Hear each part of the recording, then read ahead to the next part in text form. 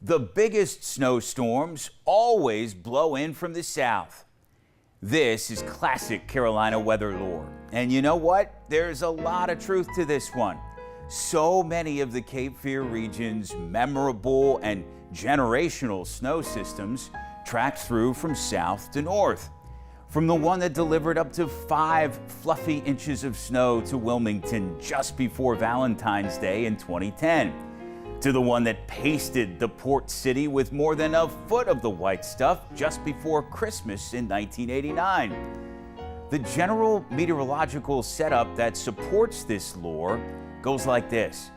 In wintertime, the polar branch of the jet stream can buckle anomalously far south. It's a pattern that supports the incursion of cold and even Arctic air into the Carolinas. And importantly, the maintenance of that cold air flow for at least a couple of days' time. The relatively warmer shores of the Gulf of Mexico and the Gulf Stream ocean current just off our Atlantic coast provide natural frontal boundaries for such Arctic air and thus can be breeding grounds for deepening surface low pressure systems. Those are your snowstorms. And just like the old weather lore prescribes, they tend to be south to north trackers. And as an added bonus, these highly amplified patterns also afford the chance for what's called phasing, where the polar jet stream works in tandem with the subtropical jet stream for added energy and moisture to inflate the snowfall rates and the overall snow totals. Remember, this weather lore is about the big snow events. So what, you might ask, are the exceptions to this old rule? Every rule's got exceptions, right? Well, there actually aren't many exceptions. The closest thing is a feature called a clipper. It's a type of polar branch snow system that actually does ride in from the north.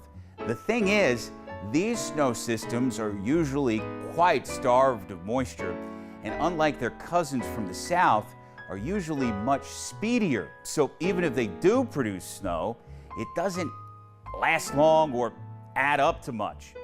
Thus, clippers never deliver generational snow events, the all-timers.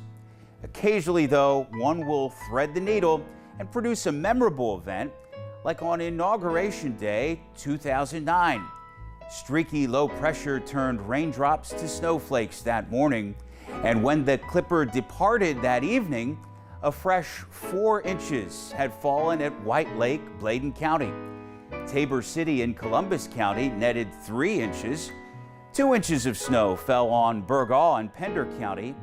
And even the Cape Fear coast participated with 1 inch of snow reported at Wrightsville Beach.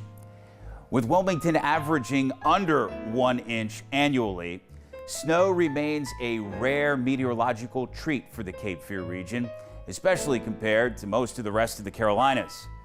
But when the big snowstorms do come around, there is something to that old weather lore.